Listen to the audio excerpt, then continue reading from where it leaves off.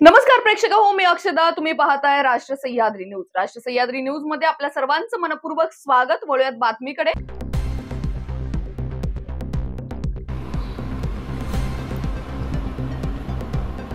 पेठ तालुक्यातील पेठ नगरपंचायत पेठ प्रशासन यांना विनंती अर्ज दिनांक 16 मे 2024 रोजी केला होता.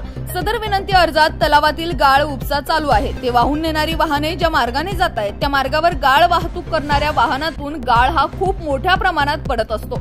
सदर गाळ हा रोडवर पडल्यामुळे रोडवर चिखल होतो. चिखल झाल्यामुळे दुचाकी वाहनांचे खूप मोठ्या प्रमाणात अपघात होत आहेत. दुचाकी वाहनांची अक्षरशः घसरगुंडी होत आहे. रोडवर चिखल असल्यामुळे रोडने ये जा करणे देखील मुश्किल झालंय.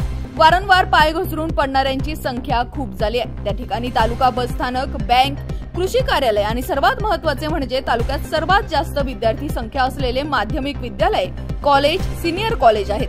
तसेच रस्त्याच्या दुतर्फा दुकाने व खूप मोठ्या प्रमाणात लोकवस्ती आहे. सर्वांना या गोष्टीचा खूप मोठ्या प्रमाणात त्रास होतो. रोजच्या रोज स्वच्छता करून रस्ता चिखलमुक्त करावा ही विनंती नगरपंचायत प्रशासनाला केली होती. परंतु विनंती अर्जाचा कोणताही विचार न केला गेल्यामुळे वारंवार होणारे अपघात बघता आज नगरपंचायत कार्यालय पेठ मुख्याधिकारी कार्यालय यांच्या कार्यालयावर चिखलफेक करून नगरपंचायत प्रशासनाचा निषेध करण्यात आला. तसेच स्वच्छता न झाल्यास नगरपंचायत कार्यालयासमोर गाळ टाकण्यात येईल असा इशारा देखील देण्यात आला.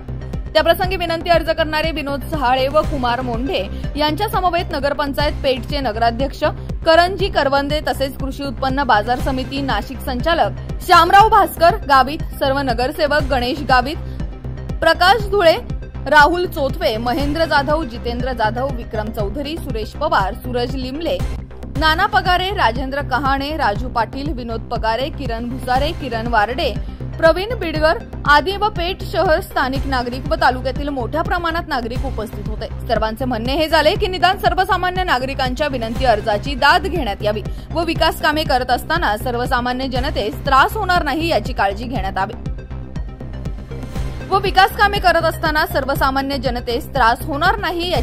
घेण्यात यावी व गाळाने तुडुंब भरलेल्या रस्त्याची स्वच्छता लवकरात लवकर करावी.